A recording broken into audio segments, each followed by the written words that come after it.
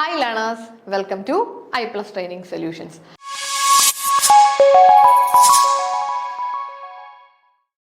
അപ്പോൾ നമുക്കിന്ന് നമ്മളുടെ ആറാമത്തെ മൊഡ്യൂളിലേക്ക് കടക്കാം അല്ലേ, cost accounting.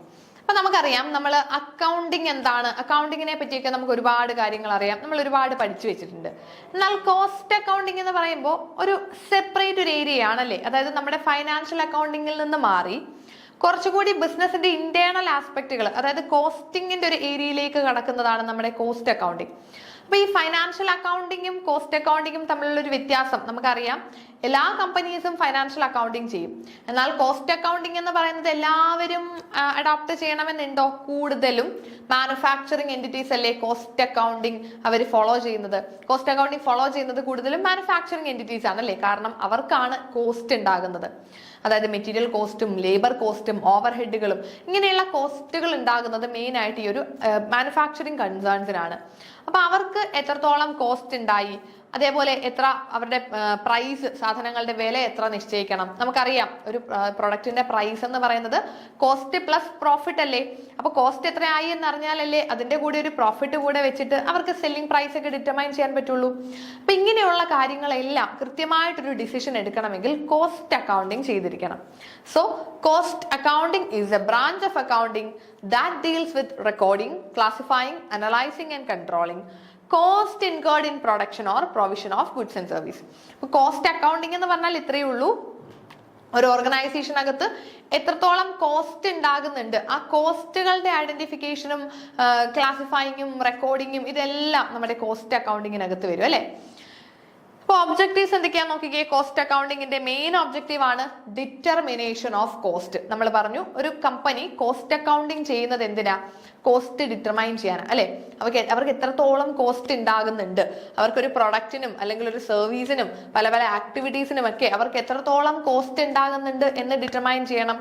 Then cost control.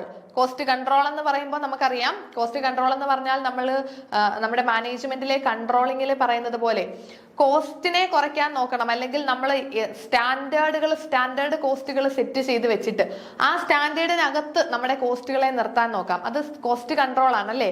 ലിമിറ്റുകൾ സെറ്റ് ചെയ്തിട്ട് ആ ലിമിറ്റിനകത്ത് നമ്മുടെ കോസ്റ്റിനെ നിർത്താൻ നോക്കുന്നതിനെയല്ലേ കൺട്രോളിങ്, കോസ്റ്റ് കൺട്രോളിങ് എന്ന് പറയുന്നത്. അപ്പൊ ഈ കോസ്റ്റുകളെ കൺട്രോൾ ചെയ്യണം. സ്റ്റാൻഡേർഡുകളും ബജറ്റുകളും ഒക്കെ നമ്മൾ സെറ്റ് ചെയ്ത് വെക്കുന്നു. ദെൻ നമുക്ക് ഉണ്ടായ ആക്ച്വൽ കോസ്റ്റിനെ സ്റ്റാൻഡേർഡുമായിട്ട് കമ്പയർ ചെയ്യുന്നു, ഡീവിയേഷൻസ് മനസ്സിലാക്കുന്നു, അതിന് കറക്റ്റീവ് ആക്ഷൻസ് എടുക്കണം. ഇതെല്ലാം കോസ്റ്റ് കൺട്രോളിൽ വരും അല്ലെ. Then cost reduction. Cost reduction എന്ന് പറഞ്ഞാൽ പെർമനന്റ്ലി കോസ്റ്റിനെ കുറയ്ക്കാൻ നോക്കുന്നതാണ് കോസ്റ്റ് റിഡക്ഷൻ എന്ന് പറയുന്നത്. കോസ്റ്റ് കൺട്രോളിംഗ് എന്ന് പറഞ്ഞാൽ ഒരു ലിമിറ്റുകൾ വെച്ച് ആ ലിമിറ്റിനുള്ളിലേക്ക് കോസ്റ്റിനെ നിർത്താൻ നോക്കും. എന്നാൽ കോസ്റ്റ് റിഡക്ഷൻ എന്ന് പറഞ്ഞാൽ പെർമനന്റ്ലി നമ്മൾ കോസ്റ്റിനെ കുറയ്ക്കാൻ നോക്കുന്നതാണ് cost reduction. So identifying avoidable cost and inefficiency and promote continuous cost improvement to permanently reduce cost without affecting quality. വളരെ ഇമ്പോർട്ടന്റ് ആണ്. കോസ്റ്റ് പെർമനന്റ് ആയിട്ട് കുറയ്ക്കാൻ നോക്കുക. കോസ്റ്റ് കുറയുമ്പം എന്തുണ്ടാകരുത്? ക്വാളിറ്റി അത് അഫക്ട് ചെയ്യുകയും ചെയ്യരുത്. Then profitability analysis. ഒരു കമ്പനിക്ക് പ്രോഫിറ്റ് ആണോ ഉള്ളത്, അല്ലെങ്കിൽ അവരിപ്പോ പ്രോഫിറ്റബിൾ ആയിട്ടാണോ പോകുന്നത് എന്നറിയണമെങ്കിൽ ആദ്യം അവരുടെ കോസ്റ്റ് അറിയണം അല്ലെ. കോസ്റ്റ് കഴിഞ്ഞ് അവർക്ക് അഡീഷണലി എന്തൊക്കെ കിട്ടുന്നോ അതെല്ലാം പ്രോഫിറ്റ് അല്ലേ. അപ്പൊ പ്രോഫിറ്റബിലിറ്റി എത്രത്തോളം ഉണ്ടെന്ന് അറിയണമെങ്കിൽ ആദ്യം കോസ്റ്റ് എത്രയുണ്ടെന്ന് അറിയണം. അപ്പൊ പ്രോഫിറ്റബിലിറ്റി അനാലിസിസിലും കോസ്റ്റിങ്ങിന് വളരെ വലിയൊരു ഇമ്പോർട്ടൻസ് ഉണ്ട് അല്ലെ. Then decision making. കമ്പനിക്ക് ഡിസിഷൻ മേക്കിംഗ് വേണം. അവർക്ക് പല ഡിസിഷനുകൾ എടുക്കാൻ അല്ലെ, പല തരത്തിലുള്ള ഡിസിഷൻസ് ഉണ്ട്. ഇപ്പൊ make or buy, pricing decision, product selection, outsourcing, ഇങ്ങനെയുള്ള ഒരുപാട് ഡിസിഷൻസ് ഉണ്ട്. ഇപ്പോൾ ഒരു പ്രൊഡക്റ്റ് നമ്മുടെ ഫാക്ടറിയിൽ മാനുഫാക്ചർ ചെയ്യുന്നതാണോ പുറത്തുനിന്ന് നമ്മൾ ബൾക്കായിട്ട് പർച്ചേസ് ചെയ്യുന്നതാണോ നല്ലത് എന്ന് തീരുമാനിക്കുന്നത് രണ്ടിനും ഉണ്ടാകുന്ന കോസ്റ്റുകളെ കമ്പയർ ചെയ്തിട്ടായിരിക്കും. അപ്പൊ ഇങ്ങനെ മേക്ക് ഓർ ബൈ ഡിസിഷൻസും അതേപോലെ തന്നെ പ്രൈസിങ്, നമ്മുടെ പ്രൊഡക്റ്റുകളുടെ പ്രൈസിങ് ഡിസിഷൻ എടുക്കണമെങ്കിലും കോസ്റ്റ് അറിയണം. ഇവിടെ എല്ലാം നമുക്ക് കോസ്റ്റിങ്ങിന്റെ ആവശ്യമുണ്ട് അല്ലെ. Then budgeting and planning. നമ്മളുടെ ബഡ്ജറ്റുകൾ പ്രിപ്പയർ ചെയ്യാനും ഫിനാൻഷ്യൽ പ്ലാനുകൾ സെറ്റ് ചെയ്ത് വെക്കാനും ഒക്കെ നമുക്ക് എന്ത് വേണം? കോസ്റ്റിംഗ് കൃത്യമായിട്ട് നമ്മുടെ കോസ്റ്റുകളെ പറ്റി ഒരു ധാരണ നമുക്ക് ഉണ്ടാകണം. അതേപോലെ ഇൻവെന്ററി വാല്യുവേഷൻ. നമ്മുടെ ഇൻവെന്ററി വാല്യുവേഷൻ. ഇപ്പൊ ഇൻവെന്ററിയെ നമ്മളെ എങ്ങനെ വാല്യൂ ചെയ്യണം? ആക്ച്വലി ഇൻവെന്ററി എന്ന് പറഞ്ഞാലും നമുക്കൊരു കോസ്റ്റ് ഉണ്ടാകുന്നതല്ലേ. നമ്മുടെ ഡയറക്റ്റ് മെറ്റീരിയൽസ് പർച്ചേസ് ചെയ്യുന്നതും എല്ലാം അതെല്ലാം നമ്മുടെ മാനുഫാക്ചറിങ് എൻറ്റിറ്റിയുടെ കോസ്റ്റിന്റെ ഒരു ഭാഗമായിട്ട് വരുന്നതാണ് ഇൻവെന്ററി കോസ്റ്റ് ഒക്കെ അല്ലേ. അപ്പൊ ഇൻവെന്ററിയെ എങ്ങനെ വാല്യൂ ചെയ്യണം? ഇൻവെന്ററിയെ നമുക്ക് പല മെത്തേഡുകൾ ഉപയോഗിച്ചുകൊണ്ട് ഇൻവെന്ററിയുടെ വാല്യുവേഷനും പ്രൈസിങ്ങും ഒക്കെ നടത്താം. അപ്പൊ അതെല്ലാം നമ്മുടെ കോസ്റ്റിംഗിന്റെ ഒബ്ജക്റ്റീവ് ആയിട്ട് വരും. Then performance measurement. ഡിപ്പാർട്ട്മെന്റുകളുടെ പെർഫോമൻസ്, അതായത് കോസ്റ്റ് എഫിഷ്യന്റ് ആയിട്ട് പ്രവർത്തിക്കുന്നത് ഏത് ഡിപ്പാർട്ട്മെന്റ് ആണ്, അധികം കോസ്റ്റ്, വളരെ ആവശ്യമില്ലാത്ത കോസ്റ്റുകൾ ഇൻകർ ചെയ്തുകൊണ്ടിരിക്കുന്നത് ഏത് ഡിപ്പാർട്ട്മെന്റിലാണ്, ഇങ്ങനെ നമുക്ക് പെർഫോമൻസ് അനാലിസിസ് നടത്താം. ദെൻ കംപ്ലയൻസ് വിത്ത് സ്റ്റാറ്റുട്ടറി റിക്വയർമെന്റ്സ്. അതേപോലെ കൃത്യമായിട്ട് കോസ്റ്റ് റെക്കോർഡ് സൂക്ഷിക്കണം എന്ന് നമ്മുടെ സ്റ്റാറ്റുട്ടറി റിക്വയർമെന്റുകൾ ഉണ്ട് അല്ലെ. നമ്മുടെ ഗവൺമെന്റ് അല്ലെങ്കിൽ ലോ പറയുന്നുണ്ട്. നമ്മുടെ കമ്പനീസ് ആക്ടും കോസ്റ്റ് ഓഡിറ്റ് റൂൾസും കോസ്റ്റ് അക്കൗണ്ടിങ് സ്റ്റാൻഡേർഡുകളും ഒക്കെ ഉണ്ട്. ഇതിലൊക്കെ പറയുന്നുണ്ട് കൃത്യമായിട്ട് മാനുഫാക്ചറിങ് കമ്പനീസ് അവരുടെ കോസ്റ്റ് റെക്കോർഡുകൾ സൂക്ഷിക്കണം എന്നുള്ളത്. അപ്പോൾ അത് കംപ്ലൈ ചെയ്യാനും അതുമായിട്ട് കംപ്ലൈ ചെയ്യണം, അല്ലെങ്കിൽ അങ്ങനെ കോസ്റ്റ് റെക്കോർഡുകൾ സൂക്ഷിക്കണം. അതും നമ്മുടെ കോസ്റ്റിംഗിന്റെ ഒബ്ജക്റ്റീവ് ആണ്. Then finally facilitating cost audit. Cost ഓഡിറ്റുകൾ ഉണ്ട് അല്ലെ. നമ്മൾ സാധാരണ കമ്പനികളുടെ ഓഡിറ്റ് പറയുന്നത് പോലെ തന്നെ കോസ്റ്റ് ഓഡിറ്റുകൾ ഉണ്ട്. ഇപ്പൊ കമ്പനിയുടെ കോസ്റ്റിംഗ് റിലേറ്റഡ് ആയിട്ടുള്ള ബുക്സ് ഓഫ് അക്കൗണ്ട്സ് എല്ലാം കറക്റ്റ് ആയിട്ടാണോ, അല്ലെങ്കിൽ ഈ കോസ്റ്റുകളെല്ലാം കറക്റ്റ് ആയിട്ടാണോ റെക്കോർഡ് ചെയ്തിട്ടുള്ളത് എന്നൊക്കെ കൃത്യമായിട്ട് അതിന്റെ ഒരു ട്രാൻസ്പെറൻസിയും ആക്യുറസിയും ഒക്കെ എൻഷുർ ചെയ്യുന്നതാണ് കോസ്റ്റ് ഓഡിറ്റുകൾ. അപ്പൊ ഈ കോസ്റ്റ് ഓഡിറ്റുകൾ നടത്തണമെങ്കിലും നമുക്കൊരു ഡീറ്റെയിൽഡ് ആയിട്ടുള്ള കോസ്റ്റ് റെക്കോർഡുകൾ വേണം. അപ്പൊ ആ റെക്കോർഡുകൾ സൂക്ഷിക്കുക എന്നുള്ളതും നമ്മുടെ കോസ്റ്റിംഗിന്റെ ഒബ്ജക്റ്റീവ്സ് ആണ് അല്ലെ. അപ്പൊ കോസ്റ്റിംഗിന്റെ ഒബ്ജക്റ്റീവ്സ് നമ്മൾ പറഞ്ഞു. ജസ്റ്റ് നമുക്ക് അറിയാവുന്ന കാര്യങ്ങളേ ഉള്ളൂ, ഒന്നും കാണാതെ പഠിക്കേണ്ട, മനസ്സിലാക്കി വെച്ചാൽ മാത്രം മതി. Determination of cost, cost control, cost reduction. ഈ കോസ്റ്റ് കൺട്രോളും കോസ്റ്റ് റിഡക്ഷനും കൃത്യമായിട്ട് നിങ്ങൾ അതൊന്ന് പഠിച്ചു വെക്കണം. ആ കോൺസെപ്റ്റുകൾ കറക്റ്റ് ആയിട്ട് നമുക്ക് അറിഞ്ഞിരിക്കണം. കോസ്റ്റ് കൺട്രോൾ എന്ന് പറയുന്നത് ലിമിറ്റുകൾ വെച്ചിട്ട് ആ ലിമിറ്റിനുള്ളിലേക്ക് കോസ്റ്റിനെ നിർത്താൻ നോക്കുന്നതാണ് കോസ്റ്റ് കൺട്രോൾ. സ്റ്റാൻഡേർഡുകൾ സെറ്റ് ചെയ്ത് വെച്ചിട്ട് നമ്മൾ ആ സ്റ്റാൻഡേർഡിനുള്ളിൽ അല്ലെങ്കിൽ ആ ലിമിറ്റിനുള്ളിൽ നമ്മുടെ കോസ്റ്റിനെ നിർത്താൻ നോക്കും. എന്നാൽ കോസ്റ്റ് റിഡക്ഷൻ എന്ന് പറഞ്ഞാൽ പെർമനന്റ്ലി നമ്മുടെ കോസ്റ്റുകളെ കുറയ്ക്കാൻ നോക്കുന്ന മെക്കാനിസം ആണ് cost reduction, without affecting the quality of the products. Okay.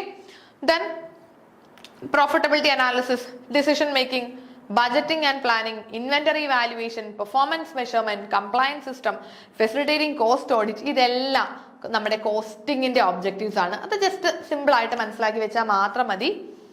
അപ്പൊ കോസ്റ്റിംഗ് എന്താണെന്ന് ഒരു ഐഡിയ കിട്ടിയല്ലോ. ഇനി നമുക്ക് വളരെ ഇമ്പോർട്ടന്റ് ഏരിയയിലേക്ക് പോകാം. കോസ്റ്റിംഗിന്റെ കുറച്ച് ബേസിക് കോൺസെപ്റ്റുകൾ നോക്കാം. കോസ്റ്റിംഗിൽ വരുന്ന ചില വേർഡിങ്സ് ആണ് കേട്ടോ ഈ കോസ്റ്റ് യൂണിറ്റ് അല്ലെങ്കിൽ കോസ്റ്റ് സെന്റർ ഇങ്ങനെയൊക്കെ പറയുമ്പോൾ ഇത് എന്താണ് എന്നൊരു കാര്യം നമുക്ക് ആദ്യം ഒന്ന് അറിഞ്ഞിരിക്കണം. അപ്പൊ നമുക്ക് നോക്കാം. കോസ്റ്റ് എന്ന് പറഞ്ഞാൽ കോസ്റ്റ് അക്കൗണ്ടിങ്ങിന്റെ ബേസിക് കോൺസെപ്റ്റുകളിൽ ഫസ്റ്റ് കോൺസെപ്റ്റ് ആണ് കോസ്റ്റ്. കോസ്റ്റ് എന്താന്ന് നമുക്ക് അറിയാമല്ലോ അല്ലെ. കോസ്റ്റ് എന്താ? Monetary value of resource used to produce a product or service. ഒരു പ്രൊഡക്റ്റ് പ്രൊഡ്യൂസ് ചെയ്യാൻ വേണ്ടി നമ്മൾ യൂസ് ചെയ്യുന്ന എല്ലാ റിസോഴ്സുകളുടെയും മോണിറ്ററി വാല്യൂവിനെ കോസ്റ്റ് എന്ന് പറയാം. അതായത് നമ്മൾ മെറ്റീരിയൽസ് യൂസ് ചെയ്യുന്നുണ്ട്, ലേബർ യൂസ് ചെയ്യുന്നുണ്ട്, അങ്ങനെ എന്തൊക്കെ ആ ഒരു പ്രൊഡക്റ്റ് നിർമ്മിക്കാനായിട്ട് എന്തൊക്കെ യൂസ് ചെയ്തോ ആ യൂസ് ചെയ്ത എല്ലാ ഐറ്റംസിന്റെയും മോണിറ്ററി വാല്യൂ ആണ് ആ പ്രൊഡക്റ്റിന്റെ കോസ്റ്റ് എന്ന് പറയുന്നത്.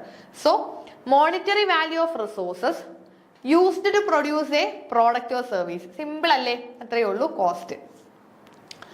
കോസ്റ്റിംഗ് എന്താ? അപ്പോ കോസ്റ്റ് എന്താന്ന് പറഞ്ഞു. Costing is the process. Costing എന്ന് പറഞ്ഞാൽ ഒരു പ്രോസസ് ആണ് അല്ലെ, ഒരു പ്രോസസ് ആണ്. Process of ascertaining the cost of a product. ഒരു പ്രൊഡക്റ്റിന്റെ കോസ്റ്റ് അസർട്ടൈൻ ചെയ്യുന്ന ആ ഒരു പ്രവൃത്തി അല്ലെങ്കിൽ ആ ഒരു പ്രോസസ്സിനെ നമുക്ക് എന്ത് പറയാം? കോസ്റ്റിംഗ് എന്ന് പറയാം അല്ലെ. Costing is a process to ascertain the cost of a product. ഒരു പ്രൊഡക്റ്റിന്റെ കോസ്റ്റ് അസർട്ടൈൻ ചെയ്യുന്ന പ്രോസസ് ആണ് കോസ്റ്റിംഗ്. ഇനി കോസ്റ്റ് അക്കൗണ്ടിങ് എന്താ നോക്കിക്കേ. Cost accounting a system of measuring, analysing and reporting cost to control operation and aid decision. Cost accounting എന്ന് പറഞ്ഞാൽ കോസ്റ്റുകളെ അക്കൗണ്ട് ചെയ്യുന്നു. നമ്മുടെ അക്കൗണ്ടിങ്ങിന്റെ ഡെഫിനിഷൻ അല്ലെ. അക്കൗണ്ടിങ്ങിന്റെ ഡെഫിനിഷൻ എന്തൊക്കെയാ? Collecting, classifying, summarising, analysing, interpreting, ഇങ്ങനെ കുറേ കാര്യങ്ങൾ അക്കൗണ്ടിങ്ങിനകത്ത് വരും. അതേപോലെ തന്നെയാണ് കോസ്റ്റ് അക്കൗണ്ടിങ്ങും. അതായത് measuring, analysing and reporting cost.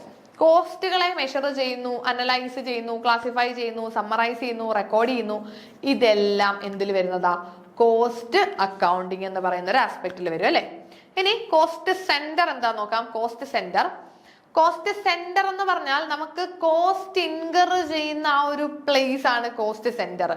Cost ഉണ്ടാകുന്ന പ്ലേസ്, അതൊരു സ്ഥലമാകാം, ഒരു വ്യക്തിയാകാം, ഒരു പ്രോസസ് ആകാം. നമുക്ക് എവിടെയാണോ കോസ്റ്റ് ഇൻകർ ചെയ്യുന്നത്, okay, place where we incur the cost. നമുക്ക് കോസ്റ്റ് ഇൻകർ ചെയ്യുന്ന സ്ഥലം, it may be a location, person or department where cost are incurred.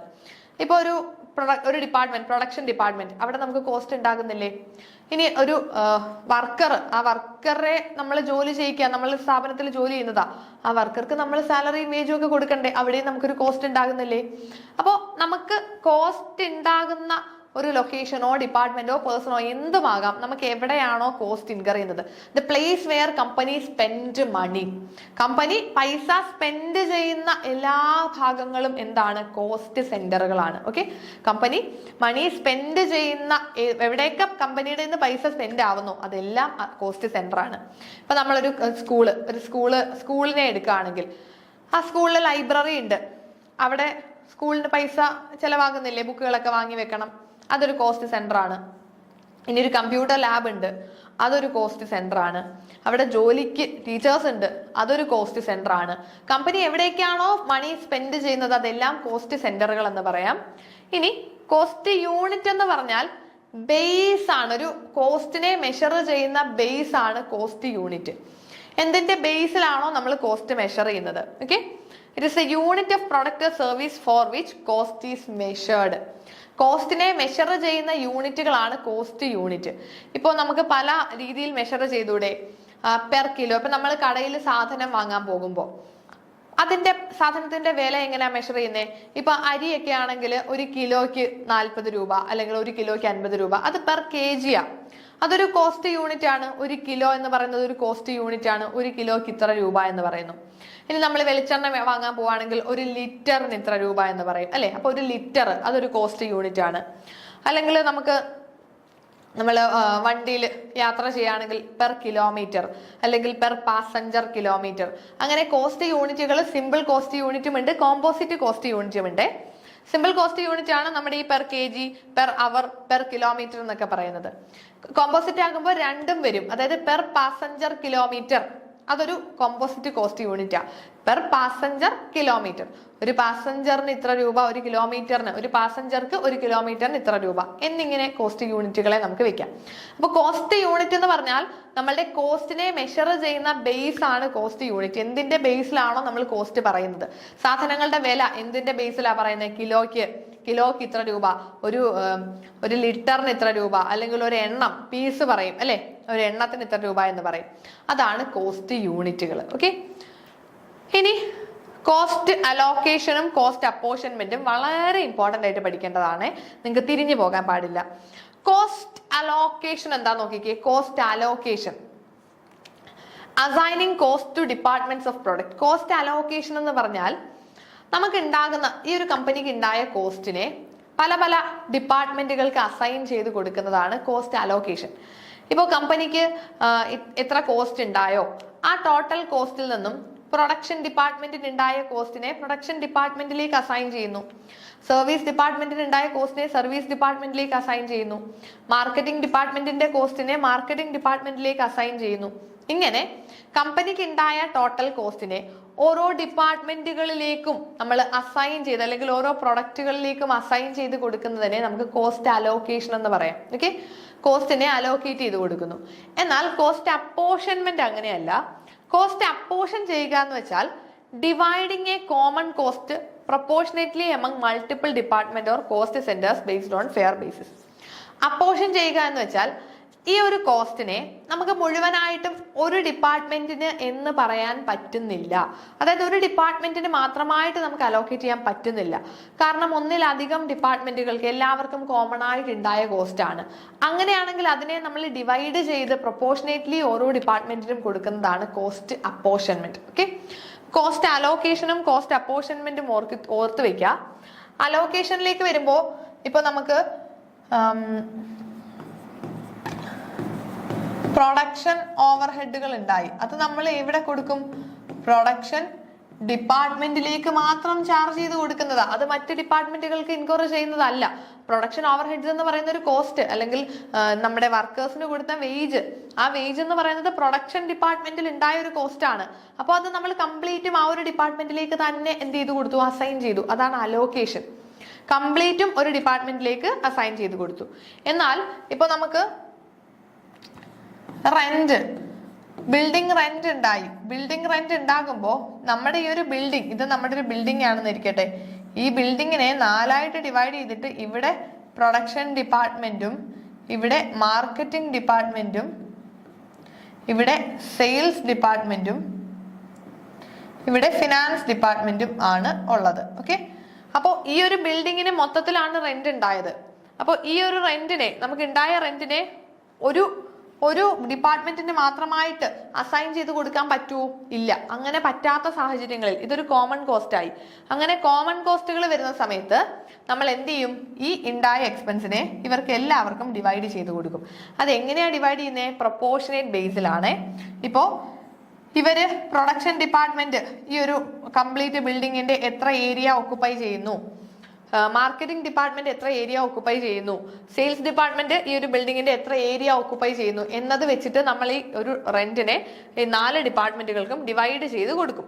അതാണ് കോസ്റ്റ് അപ്പോർഷൻമെന്റ്. ഓക്കെ, അപ്പോർഷൻമെന്റ് ഇപ്പൊ ക്ലിയർ ആയോ നിങ്ങൾക്ക്? അപ്പോർഷൻമെന്റ് നമുക്ക് ഉണ്ടാകുന്ന ഒരു കോസ്റ്റിനെ നമ്മൾ എന്ത് ചെയ്യുക, അത് കംപ്ലീറ്റും നമുക്ക് ഒരു ഡിപ്പാർട്ട്മെന്റിലേക്ക് എന്ത് ചെയ്യാൻ പറ്റുന്നില്ല, അലോക്കേറ്റ് ചെയ്യാൻ പറ്റാത്ത സാഹചര്യങ്ങളിൽ നമ്മൾ ചെയ്യുന്നത് അപ്പോർഷൻമെന്റ് ആണ്. അപ്പോർഷൻമെന്റ് എന്ന് പറയുമ്പോൾ നമ്മുടെ ആ കോസ്റ്റിനെ നമ്മൾ ഡിവൈഡ് ചെയ്തിട്ട് ഓരോ ഡിപ്പാർട്ട്മെന്റുകളും എത്രത്തോളം അവർക്ക് ഇൻകർ ചെയ്യുന്നു എന്നതനുസരിച്ച് നമ്മൾ അതിനെ പ്രൊപ്പോർഷനേറ്റ്ലി ഡിവൈഡ് ചെയ്ത് കൊടുക്കും. ഇപ്പോ ക്യാൻറ്റീൻ എന്ന് പറയുന്ന, ക്യാൻറ്റീനിൽ ഉണ്ടായ ക്യാൻറ്റീനിന്റെ കോസ്റ്റ് എന്ന് പറയുന്നത്, എല്ലാ ഡിപ്പാർട്ട്മെന്റിലെയും ജോലിക്കാർ ക്യാൻറ്റീനിൽ പോയി ഫുഡ് കഴിക്കത്തില്ലേ? അപ്പോൾ ഓരോ ഡിപ്പാർട്ട്മെന്റിലെയും എത്ര പേര് വെച്ചാണ് ക്യാൻറ്റീനിൽ പോകുന്നത്, അതനുസരിച്ച് ഓരോ ഡിപ്പാർട്ട്മെന്റിനും നമ്മൾ ആ കോസ്റ്റിനെ എന്ത് ചെയ്യും, അപ്പോർഷൻ ചെയ്ത് കൊടുക്കും. അതാണ് കോസ്റ്റ് അപ്പോർഷൻമെന്റ് എന്ന് പറയുന്നത്. Okay, then cost classification. Classification എന്ന് പറഞ്ഞാൽ എന്താ? ഗ്രൂപ്പിംഗ് ഓഫ് കോസ്റ്റ്, അല്ലെങ്കിൽ classifying cost based on the type, function, behaviour. ഒരു കോസ്റ്റിന്റെ ടൈപ്പോ ഫംഗ്ഷനോ ബിഹേവിയറിന്റെ ഒക്കെ ബേസിൽ നമ്മൾ തരം തിരിക്കത്തില്ലേ? ഇപ്പോൾ ഡയറക്റ്റ് കോസ്റ്റ്, ഇൻഡയറക്റ്റ് കോസ്റ്റ്, അല്ലെങ്കിൽ fixed cost, variable cost, semi variable cost, ഇങ്ങനെയൊക്കെ തരം തിരിക്കുന്നതാണ് കോസ്റ്റ് ക്ലാസിഫിക്കേഷൻ. ഓക്കെ, ഇപ്പൊ കോസ്റ്റിന്റെ, നമ്മുടെ കോസ്റ്റിങ്ങിനകത്ത് വരുന്ന കുറച്ച് കോൺസെപ്റ്റുകൾ, കോസ്റ്റ് അക്കൗണ്ടിങ്ങിലെ ഈ പറഞ്ഞ കോൺസെപ്റ്റുകളൊക്കെ ക്ലിയർ ആയിട്ടുണ്ടല്ലോ. കോസ്റ്റ് എന്താന്ന് പറഞ്ഞു? Money value of resources used. Costing എന്ന് പറഞ്ഞാൽ process of ascertaining the cost of a product. Cost accounting എന്ന് പറഞ്ഞാൽ systematically measuring, analyzing and reporting the cost. Cost center is a location, person or department where costs are incurred. Cost unit is the base, alle base ആണ്, unit of product or service for which cost is measured. Cost allocation എന്ന് പറഞ്ഞാൽ assigning the cost, നമ്മുടെ കോസ്റ്റിനെ നമ്മൾ ഒരു ഡിപ്പാർട്ട്മെന്റിലേക്ക് assign ചെയ്ത് കൊടുക്കുന്നു. Cost apportionment means dividing the common cost proportionately among the departments. Then cost classification എന്ന് പറയുമ്പോൾ grouping cost by type, function, behaviour etcetera. അപ്പൊ നമുക്ക് കോസ്റ്റിന്റെ ക്ലാസിഫിക്കേഷൻസ് ഇനി നോക്കാം. പല തരത്തിലുള്ള കോസ്റ്റുകൾ, കോസ്റ്റ് അക്കൗണ്ടിങ്ങിന്റെ ബേസിക്സ് ആണ്, എന്നാലും നമുക്ക് ഇമ്പോർട്ടന്റ് ആ, കാരണം ഈ പല ടൈപ്പ് കോസ്റ്റുകളെ പറ്റി നമുക്ക് നല്ല ധാരണ ഉണ്ടാകണം, ക്ലിയർ ആയിട്ട് അറിഞ്ഞിരിക്കണം, എന്നാലും ഇനി അങ്ങോട്ടുള്ള കാര്യങ്ങളും നമുക്ക് കറക്റ്റ് ആയിട്ട് പഠിക്കാൻ പറ്റും. അപ്പൊ നമുക്ക് കോസ്റ്റിന്റെ ഒരു ക്ലാസിഫിക്കേഷൻ നോക്കാം. സോ ഡിഫറെന്റ് ക്രൈറ്റീരിയാസിന്റെ ബേസിൽ നമുക്ക് കോസ്റ്റുകളെ ക്ലാസിഫൈ ചെയ്യാം. സിമ്പിൾ ആണ്, നിങ്ങൾക്ക് ഒരുപാട് തിയറിറ്റിക്കൽ ആയിട്ട് ഒന്നുമില്ല, വളരെ വളരെ സിമ്പിൾ ഷോർട്ട് നോട്ടുകളിൽ കൂടെ നമുക്ക് പഠിക്കാം. First one is material cost. നമുക്ക് ആദ്യം നേച്ചർ അല്ലെങ്കിൽ എലമെന്റുകളുടെ ബേസിലാണ് നമ്മൾ ഫസ്റ്റ് ക്ലാസിഫിക്കേഷൻ. നേച്ചർ അല്ലെങ്കിൽ എലമെന്റ്സിന്റെ ബേസിൽ മെറ്റീരിയൽ കോസ്റ്റ് ഉണ്ട്, ലേബർ കോസ്റ്റ് ഉണ്ട്, എക്സ്പെൻസസ് ഉണ്ട്. Material cost, labour cost, expenses. Material cost എന്ന് പറഞ്ഞാൽ എന്താ? നമുക്ക് റോ മെറ്റീരിയൽസിന് ഉണ്ടാകുന്ന കോസ്റ്റുകളാണ് അല്ലെ? Cost of raw materials used in production. പ്രൊഡക്ഷനിൽ നമ്മൾ യൂസ് ചെയ്യുന്ന റോ മെറ്റീരിയൽസിന്റെ കോസ്റ്റ് ആണ് മെറ്റീരിയൽ കോസ്റ്റ്. അത് ഡയറക്റ്റ് മെറ്റീരിയൽസും ആകാം, ഇൻഡയറക്റ്റ് മെറ്റീരിയൽസും ആകാം. അത് നമുക്ക് ഇനി വഴിയെ പഠിക്കാം. രണ്ടാമത്തതാണ് ലേബർ കോസ്റ്റ്. ലേബർ കോസ്റ്റ് എന്ന് പറഞ്ഞാൽ വർക്കേഴ്സിന് കൊടുക്കുന്ന വേജസും സാലറീസുമാണ് ലേബർ കോസ്റ്റ് അല്ലെ? ആ ജോലി ചെയ്യുന്ന ലേബറേഴ്സിന് കൊടുക്കുന്ന എമൗണ്ട്, അവർക്ക് കൊടുക്കുന്ന സാലറി ഒക്കെ നമുക്ക് ലേബർ കോസ്റ്റ് എന്ന് പറയാം. പിന്നീടുള്ള എക്സ്പെൻസുകളാണ്. Expense means all other cost like rent, utility, depreciation. ലേബറും മെറ്റീരിയലും അല്ലാതെ മറ്റ് കോസ്റ്റുകൾ ഉണ്ട് അല്ലെ, മറ്റ് ഇൻഡയറക്റ്റ് കോസ്റ്റുകളാണ് ഈ പറയുന്ന റെന്റും അതേപോലെ ഡിപ്രീസിയേഷൻ പോലെയുള്ള കോസ്റ്റുകളെ നമുക്ക് അതർ എക്സ്പെൻസ് അല്ലെങ്കിൽ ഓവർ ഹെഡ്സ് എന്ന് പറയാം. അപ്പൊ നമ്മൾ 3 തരത്തിലുള്ള കോസ്റ്റുകൾ എലമെന്റ് അല്ലെങ്കിൽ നേച്ചറിന്റെ ബേസിൽ കോസ്റ്റിനെ 3ആയിട്ട് തരംതിരിച്ചു: material cost, labour cost and expenses. ഇനി നമുക്ക് അടുത്ത ക്ലാസിഫിക്കേഷൻ നോക്കാം. ഫംഗ്ഷന്റെ ബേസിലാണ്. ഫംഗ്ഷന്റെ ബേസിലുള്ള ക്ലാസിഫിക്കേഷൻ നോക്കിക്കേ. ഫസ്റ്റ് വൺ പ്രൊഡക്ഷൻ അല്ലെങ്കിൽ മാനുഫാക്ചറിങ് കോസ്റ്റ്. ആ പേര് കേൾക്കുമ്പോൾ തന്നെ നമുക്ക് മനസ്സിലാകും പ്രൊഡക്ഷൻ അല്ലെങ്കിൽ മാനുഫാക്ചറിങ് കോസ്റ്റ് എന്ന് പറയുന്നത് എന്താ. പ്രൊഡക്ഷൻ അല്ല, ഒരു പ്രൊഡക്റ്റ് നമുക്ക് പ്രൊഡ്യൂസ് ചെയ്യാൻ അല്ലെങ്കിൽ മാനുഫാക്ചർ ചെയ്യാൻ ഉണ്ടാകുന്ന കോസ്റ്റുകളാണ് production cost. Materials, labour, factory overheads ഒക്കെ നമുക്ക് പ്രൊഡക്ഷൻ കോസ്റ്റിൽ പറയാം. ഒരു സാധനം മാനുഫാക്ചർ ചെയ്യുന്നതിനോട് അനുബന്ധിച്ചുണ്ടാകുന്ന കോസ്റ്റുകളാണ് പ്രൊഡക്ഷൻ കോസ്റ്റ്. പിന്നീടുള്ളത് അഡ്മിനിസ്ട്രേഷൻ കോസ്റ്റുകളാണ്. അഡ്മിനിസ്ട്രേഷൻ എന്ന് പറഞ്ഞാൽ ഓഫീസ് റിലേറ്റഡ് ആയിട്ട് വരുന്ന എക്സ്പെൻസുകളാണ് administration cost. Office related expenses ആണ് അല്ലെ. ഇപ്പോ salaries of office staff, stationery, ഇതൊക്കെ അഡ്മിനിസ്ട്രേഷൻ കോസ്റ്റ് എന്ന് പറയാം. പിന്നീടുള്ളത് സെല്ലിംഗ് കോസ്റ്റ് ആണ്. സെല്ലിംഗ് കോസ്റ്റ് പ്രൊഡക്റ്റുകളെ വിൽക്കുന്നതുമായിട്ട് ബന്ധപ്പെട്ടുണ്ടാകുന്ന കോസ്റ്റുകളാണ് സെല്ലിംഗ് കോസ്റ്റ്. നമ്മൾ സാധനങ്ങൾ, നമ്മുടെ പ്രൊഡക്റ്റുകൾ കൺസ്യൂമേഴ്സെ കൊണ്ട് വാങ്ങിപ്പിക്കണം. അതിനുവേണ്ടി പ്രൊമോഷനുകളും അഡ്വർടൈസ്മെന്റുകളും സെയിൽസ്മാൻ കമ്മീഷനും ഒക്കെ കൊടുക്കണം. അതെല്ലാം എന്താണ്? സെല്ലിംഗ് കോസ്റ്റുകളാണ്. Then next one is distribution cost. നമ്മുടെ പ്രൊഡക്റ്റ് ഡിസ്ട്രിബ്യൂട്ട് ചെയ്ത് കൊടുക്കും, കൺസ്യൂമേഴ്സിന്റെ കയ്യിലേക്ക് എത്തിക്കും. അതുമായിട്ട് ബന്ധപ്പെട്ട് വരുന്ന കോസ്റ്റുകളാണ്. അതിൽ ട്രാൻസ്പോർട്ടേഷൻ വരാം, വെയർ ഹൗസിങ് വരാം, പാക്കേജിങ് വരാം. അതൊക്കെ എന്താണ്? ഡിസ്ട്രിബ്യൂഷൻ കോസ്റ്റുകളായിട്ട് നമുക്ക് പറയാം. ഇനി നമുക്ക് വളരെ ഇമ്പോർട്ടന്റ് ആയിട്ട് നോക്കണം. ബിഹേവിയറിന്റെ ബേസിലാണെങ്കിൽ ഫിക്സഡ് കോസ്റ്റ് ഉണ്ട്, വേരിയബിൾ കോസ്റ്റ് ഉണ്ട്, സെമി വേരിയബിൾ കോസ്റ്റ് ഉണ്ട്. ഫിക്സഡ് കോസ്റ്റും വേരിയബിൾ കോസ്റ്റും സെമി വേരിയബിൾ കോസ്റ്റും കോസ്റ്റിന്റെ ബിഹേവിയറിന്റെ ബേസിലുള്ള ക്ലാസിഫിക്കേഷൻ ആണ്. ഫിക്സഡ് കോസ്റ്റുകളുടെ പ്രത്യേകത എന്താണെന്നറിയാമോ? ഫിക്സഡ് കോസ്റ്റ് ആ പേരിൽ തന്നെ ഉണ്ട് അല്ലെ.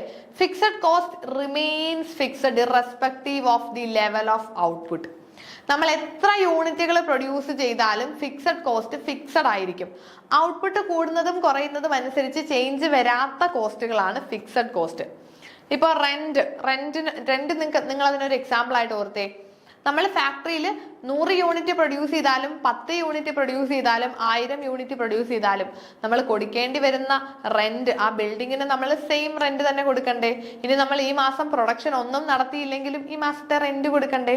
അപ്പൊ ഫിക്സഡ് കോസ്റ്റുകളുടെ പ്രത്യേകത, നമ്മളുടെ പ്രൊഡക്ഷൻ അല്ലെങ്കിൽ വോളിയം ഓഫ് പ്രൊഡക്ഷൻ കൂടിയാലും എന്ത് ചെയ്യില്ല? ഫിക്സഡ് കോസ്റ്റ്, നമ്മുടെ ടോട്ടൽ ഫിക്സഡ് കോസ്റ്റ് ഫിക്സഡ് ആയിരിക്കും, കോൺസ്റ്റന്റ് ആയിരിക്കും.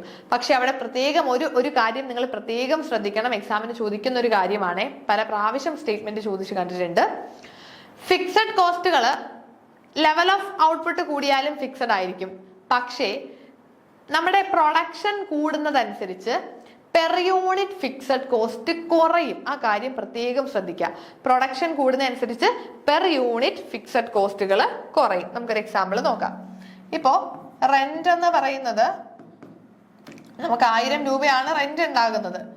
അത് എൻ്റെ പ്രൊഡക്ഷൻ 10 എണ്ണം പ്രൊഡ്യൂസ് ചെയ്താലും 20 എണ്ണം പ്രൊഡ്യൂസ് ചെയ്താലും 100 എണ്ണം പ്രൊഡ്യൂസ് ചെയ്താലും എനിക്ക് റെന്റ് 1000 തന്നെ കൊടുക്കണം. അപ്പൊ നിങ്ങൾ നോക്കിയേ, ഇവിടെ എണ്ണം കൂടിയാലും കുറഞ്ഞാലും ടോട്ടൽ ഫിക്സഡ് കോസ്റ്റ് ഫിക്സഡ് ആയിരിക്കും.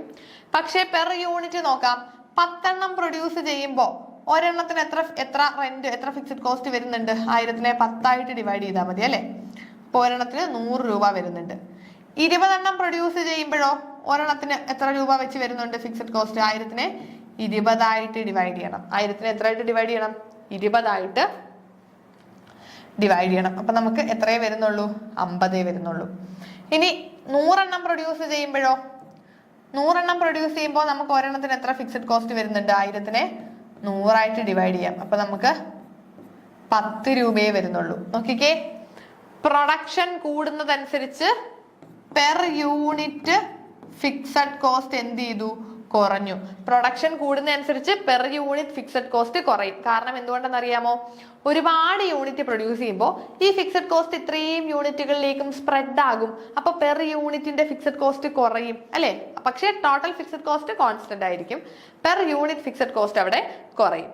ഇനി വേരിയബിൾ കോസ്റ്റിലേക്ക് വരുമ്പോൾ വേരിയബിൾ കോസ്റ്റിന്റെ പ്രത്യേകത എന്താ? It change directly with output. ഔട്ട്പുട്ടിൽ ഉണ്ടാകുന്ന ചേഞ്ച് അനുസരിച്ചുകൊണ്ട് വേരിയബിൾ കോസ്റ്റ് കുറയും. അതായത് നമ്മുടെ പ്രൊഡക്ഷൻ കൂടുമ്പോൾ വേരിയബിൾ കോസ്റ്റ് കൂടും, പ്രൊഡക്ഷൻ കുറയുമ്പോൾ വേരിയബിൾ കോസ്റ്റ് കുറയും. അപ്പൊ ഔട്ട്പുട്ടിൽ ഉണ്ടാകുന്ന ചേഞ്ച് അനുസരിച്ച് വേരിയബിൾ കോസ്റ്റ് ചേഞ്ച് ആകും. ഓക്കെ, ചേഞ്ച് ആകും. ഔട്ട്പുട്ട് കൂടിയാൽ പ്രൊഡക്ഷൻ കൂടുമ്പോൾ വേരിയബിൾ കോസ്റ്റ് കൂടും. എക്സാമ്പിൾ നമ്മുടെ മെറ്റീരിയൽസ് ആണ്. മെറ്റീരിയൽസിന്റെ പ്രത്യേകത എന്താ? 10 യൂണിറ്റ് പ്രൊഡ്യൂസ് ചെയ്യാൻ എടുക്കുന്ന മെറ്റീരിയൽസ് ആണോ നമുക്ക് 20 യൂണിറ്റിന് വേണ്ടത്? അല്ല. നമ്മൾ എത്ര എണ്ണം പ്രൊഡ്യൂസ് ചെയ്യുന്നോ അതനുസരിച്ച് നമുക്ക് കൂടുതൽ മെറ്റീരിയൽസ് ആവശ്യമായിട്ട് വരും. അപ്പോൾ പ്രൊഡക്ഷൻ വോളിയം കൂടുന്നതനുസരിച്ച് മെറ്റീരിയൽ കോസ്റ്റ് കൂടും. പക്ഷേ per unit variable cost constant ആയിരിക്കും. പ്രൊഡക്ഷൻ കൂടുന്നതനുസരിച്ച് വേരിയബിൾ കോസ്റ്റ് കൂടും, പക്ഷേ പെർ യൂണിറ്റ് വേരിയബിൾ കോസ്റ്റ് എപ്പോഴും കോൺസ്റ്റന്റ് ആയിരിക്കും. അതായത് നമുക്ക് ഒരു യൂണിറ്റ് പ്രൊഡ്യൂസ് ചെയ്യാൻ ഉണ്ടാകുന്ന വേരിയബിൾ കോസ്റ്റ് എപ്പോഴും എന്തായിരിക്കും? കോൺസ്റ്റന്റ് ആയിരിക്കത്തില്ലേ? 10 യൂണിറ്റ് പ്രൊഡ്യൂസ് ചെയ്താലും 100 യൂണിറ്റ് പ്രൊഡ്യൂസ് ചെയ്താലും 1000 യൂണിറ്റ് പ്രൊഡ്യൂസ് ചെയ്താലും ഒരു യൂണിറ്റ് പ്രൊഡ്യൂസ് ചെയ്യാൻ ഉണ്ടാകുന്ന വേരിയബിൾ കോസ്റ്റ് എന്ന് പറയുന്നത് കോൺസ്റ്റന്റ് ആയിരിക്കും. അപ്പോൾ ഫിക്സഡ് കോസ്റ്റിനെ പറ്റിയിട്ടും വേരിയബിൾ കോസ്റ്റിനെ പറ്റിയും ആ 2 കാര്യങ്ങൾ നിങ്ങൾ പ്രത്യേകം ഓർക്കുക, നമുക്ക് എക്സാമിന് ചോദിക്കുന്നതാ. അപ്പോൾ ഫിക്സഡ് കോസ്റ്റിന്റെ പ്രത്യേകത, fixed cost remains fixed irrespective of the level of output, but per unit ഇപ്പൊ പ്രൊഡക്ഷൻ യൂണിറ്റ് കൂടുന്നതനുസരിച്ചിട്ട് if production volume increases per unit fixed cost decrease. ഇനി വേരിയബിൾ കോസ്റ്റിനെ നോക്കിയാൽ variable cost varies according to production, but per unit variable cost remains constant irrespective of the level of production. ആ കാര്യം പ്രത്യേകം ഓർക്കാം. പിന്നെയുള്ളൊരു classification semi variable cost ആണ്. Semi variable cost നമുക്കറിയാം എന്താ പ്രത്യേകത? ഒരു പകുതി വരെ ഫിക്സഡ് ആയിരിക്കും, അതിനുശേഷം വേരി ചെയ്യുന്ന കോസ്റ്റുകളാണ് semi variable cost. Semi variable കോസ്റ്റിന് ഏറ്റവും നല്ലൊരു എക്സാമ്പിൾ ആണ് നമ്മുടെ ഇലക്ട്രിസിറ്റി ചാർജസ്. ഇലക്ട്രിസിറ്റി ചാർജ് എന്ന് പറയുന്നത് എന്താ? നമ്മൾ ഉപയോഗിച്ചാലും ഉപയോഗിച്ചില്ലെങ്കിലും ഒരു ഫിക്സഡ് കോസ്റ്റ്, ഒരു ഫിക്സഡ് ചാർജ്, മിനിമം ചാർജ് നമ്മൾ കൊടുക്കണ്ടേ? അതുവരെ അത് ഫിക്സഡ് ആയിരിക്കും അല്ലെ? ഇനി ആ ഒരു പരിധി കഴിഞ്ഞ് നമ്മൾ ഉപയോഗിക്കുമ്പോൾ നമുക്ക് എന്താകും? ചാർജ് കൂടും അല്ലെ? ഒരു പരിധി കഴിഞ്ഞ് നമ്മൾ വീണ്ടും ഇലക്ട്രിസിറ്റി കൂടുതൽ കൺസ്യൂം ചെയ്യുമ്പോൾ വേരിയബിൾ ആയിട്ട് നമുക്ക് അതിന് എത്ര യൂസ് ചെയ്യുന്നോ അതനുസരിച്ചൊരു ചാർജ് വരും. എന്നാൽ ഒരു മിനിമം പരിധി വരെ നമ്മൾ ഉപയോഗിച്ചാലും ഉപയോഗിച്ചില്ലെങ്കിലും നമുക്ക് അവിടെ ഫിക്സഡ് കോസ്റ്റ് ഉണ്ടാകും. അതേപോലെയാണ് ഈ സെമി വേരിയബിൾ കോസ്റ്റിൽ ഇലക്ട്രിസിറ്റിയുടെ ഒക്കെ കേസിൽ ഉപയോഗിച്ചാലും ഉപയോഗിച്ചില്ലെങ്കിലും ഒരു പരിധി വരെ ഒരു ഫിക്സഡ് കോസ്റ്റ് നമ്മൾ എന്തായാലും കൊടുക്കണം. അതിലും കൂടുതൽ ഉപയോഗിക്കുമ്പോൾ നമുക്ക് വേരിയബിൾ ആയിട്ട് നമ്മുടെ യൂസ് അനുസരിച്ച് അഡീഷണൽ കോസ്റ്റ് കൊടുക്കേണ്ടി വരും. ഓക്കെ, ഇതാണ് സെമി വേരിയബിൾ കോസ്റ്റ്. ഇനി ട്രേസബിലിറ്റിയുടെ ബേസിൽ ഡയറക്റ്റ് കോസ്റ്റും ഇൻഡയറക്റ്റ് കോസ്റ്റും ഉണ്ട്. ഡയറക്റ്റ് കോസ്റ്റും ഇൻഡയറക്റ്റ് കോസ്റ്റും നമുക്കറിയാം. ഡയറക്റ്റ് കോസ്റ്റ് എന്ന് പറഞ്ഞാൽ ഒരു പ്രൊഡക്റ്റിലേക്കോ ഒരു കോസ്റ്റ് യൂണിറ്റിലേക്കോ നമുക്ക് ഡയറക്റ്റ് ആയിട്ട് ട്രേസ് ചെയ്യാൻ പറ്റുന്ന കോസ്റ്റുകളാണ്. അതായത് ആ കോസ്റ്റ് നമുക്ക് ആ ഒരു പ്രൊഡക്റ്റിന് ഉണ്ടായ കോസ്റ്റ് ആയിട്ട് ഡയറക്ട്ലി ട്രേസ് ചെയ്യാം. ഇപ്പൊ ഫർണിച്ചർ നിർമ്മിക്കുന്ന സമയത്ത് ആ ഒരു ഫർണിച്ചർ ഉണ്ടാക്കാൻ എത്ര തടി വേണ്ടി വന്നു, എത്ര വുഡ് വേണം എന്നത് നമുക്ക് ഡയറക്ട്ലി ട്രേസ് ചെയ്യാൻ പറ്റും. അതേപോലെ ആ ഒരു ഫർണിച്ചർ നിർമ്മിക്കാൻ നമ്മൾ ആശാരിക്ക് എത്ര രൂപ കൊടുക്കണം, ആ ഒരു വേജ് എത്രയാണ്, അതൊക്കെ നമുക്ക് ഒരു യൂണിറ്റിലേക്ക് ഡയറക്റ്റ് ആയിട്ട് ട്രേസ് ചെയ്യാൻ പറ്റുന്ന കോസ്റ്റുകളാണ് ഡയറക്റ്റ് കോസ്റ്റ്. ഇൻഡയറക്റ്റ് കോസ്റ്റ് എന്ന് പറയുമ്പോൾ നമുക്ക് ഏതെങ്കിലും ആ ഒരു യൂണിറ്റിലേക്ക് ഡയറക്ട്ലി ട്രേസ് ചെയ്യാൻ പറ്റില്ല. ഇപ്പൊ നമ്മൾ റെന്റ് കൊടുക്കുന്നു, ഫാക്ടറി റെന്റ്, അവിടെ നമ്മൾ ഒരുപാട് ഐറ്റംസ് പ്രൊഡ്യൂസ് ചെയ്യും. ഒരു യൂണിറ്റ് അല്ലെങ്കിൽ ഒരു ടേബിൾ നമുക്ക് നിർമ്മിക്കാനായിട്ട് റെന്റിന്റെ എത്ര ഭാഗം വേണ്ടി വരും? റെന്റ് എന്ന് പറയുന്നത് കോമൺ ആയിട്ട് വരുന്നതല്ലേ? അപ്പോൾ ഒരു പ്രൊഡക്റ്റിലേക്ക് നമുക്ക് ഡയറക്ട്ലി അട്രിബ്യൂട്ട് ചെയ്യാൻ പറ്റുമോ? ഒന്നിലേക്ക് ഡയറക്ട്ലി ട്രേസ് ചെയ്യാൻ പറ്റുമോ? ഇല്ല. അതുകൊണ്ട് അത് ഇൻഡയറക്റ്റ് കോസ്റ്റുകളായിട്ട് നമുക്ക് പറയാം. ഓക്കെ, ഇപ്പം ലേബറുടെ വേജസ് നമുക്ക് ഡെയിലി ആ ഒരു പ്രൊഡക്ഷൻ അല്ലെങ്കിൽ ആ ഒരു ഫംഗ്ഷൻ ചെയ്യുന്ന തൊഴിലാളിക്ക് കൊടുക്കുന്ന വേജുകൾ ഡയറക്റ്റ് കോസ്റ്റാ. കാരണം ഒരു മേശ നിർമ്മിക്കാൻ എത്രയാകും എന്നുള്ളത് കറക്റ്റ് ആയിട്ട് ആ ഒരു വ്യക്തി നമ്മളോട് പറയും അല്ലേ? അത് ഡയറക്ട്ലി ട്രേസ് ചെയ്യാൻ പറ്റും, അത് ഡയറക്റ്റ് കോസ്റ്റ് ആണ്. എന്നാൽ ഈ ഒരു നിർമ്മിക്കുന്ന ഫാക്ടറിയിൽ ഒരു സൂപ്പർവൈസർ കാണും, എല്ലാ കാര്യങ്ങളും നോക്കി നടത്തുന്ന സൂപ്പർവൈസറുടെ സാലറി ഡയറക്റ്റ് കോസ്റ്റ് ആണോ? അല്ല. കാരണം എന്തുകൊണ്ടാ? ആ സൂപ്പർവൈസറുടെ സാലറി എന്ന് പറയുമ്പോൾ എല്ലാ കാര്യങ്ങളും നോക്കി നടത്തുന്നതിന് കൊടുക്കുന്നയാ. അപ്പൊ അതില് ഒരു മേശ നിർമ്മിക്കുന്നതിന് സൂപ്പർവൈസർക്ക് എത്ര കൂലി കൊടുക്കുമെന്ന് ഡയറക്ട്ലി ട്രേസ് ചെയ്യാൻ പറ്റുമോ? ഇല്ല. അത് നമുക്ക് ഒന്നിലേക്ക് പറയാൻ പറ്റില്ല, എല്ലാത്തിനും കൂടെ കോമൺ ആയിട്ട് വരുന്നതാ. അപ്പൊ ഈ സൂപ്പർവൈസറുടെ സാലറി എന്ന് പറയുമ്പോൾ അതിന്റെ എത്ര പോർഷൻ ആണ് ഒരു മേശ നിർമ്മിക്കുന്നതിന് മേൽനോട്ടം കൊടുക്കാൻ വേണ്ടി വരുന്നത് എന്നൊന്നും ഡയറക്ട്ലി ട്രേസ് ചെയ്യാൻ പറ്റില്ല. അതാണ് നമ്മുടെ ഇൻഡയറക്റ്റ് കോസ്റ്റുകൾ. ഓക്കെ, അപ്പൊ ഡയറക്റ്റ് കോസ്റ്റും ഇൻഡയറക്റ്റ് കോസ്റ്റും എന്താണ് എന്ന് ക്ലിയർ ആയിട്ട് മനസ്സിലായെന്ന് വിശ്വസിക്കുന്നു. ഇനിയും നമുക്ക് കുറച്ച് ടൈപ്സ് ഓഫ് കോസ്റ്റുകളെ കൂടി പഠിക്കാനായിട്ടുണ്ട്. അപ്പോൾ ബാലൻസ് കോസ്റ്റുകളെ നമുക്ക് നെക്സ്റ്റ് ക്ലാസ്സിലായിട്ട് ഡിസ്കസ് ചെയ്യാം. താങ്ക്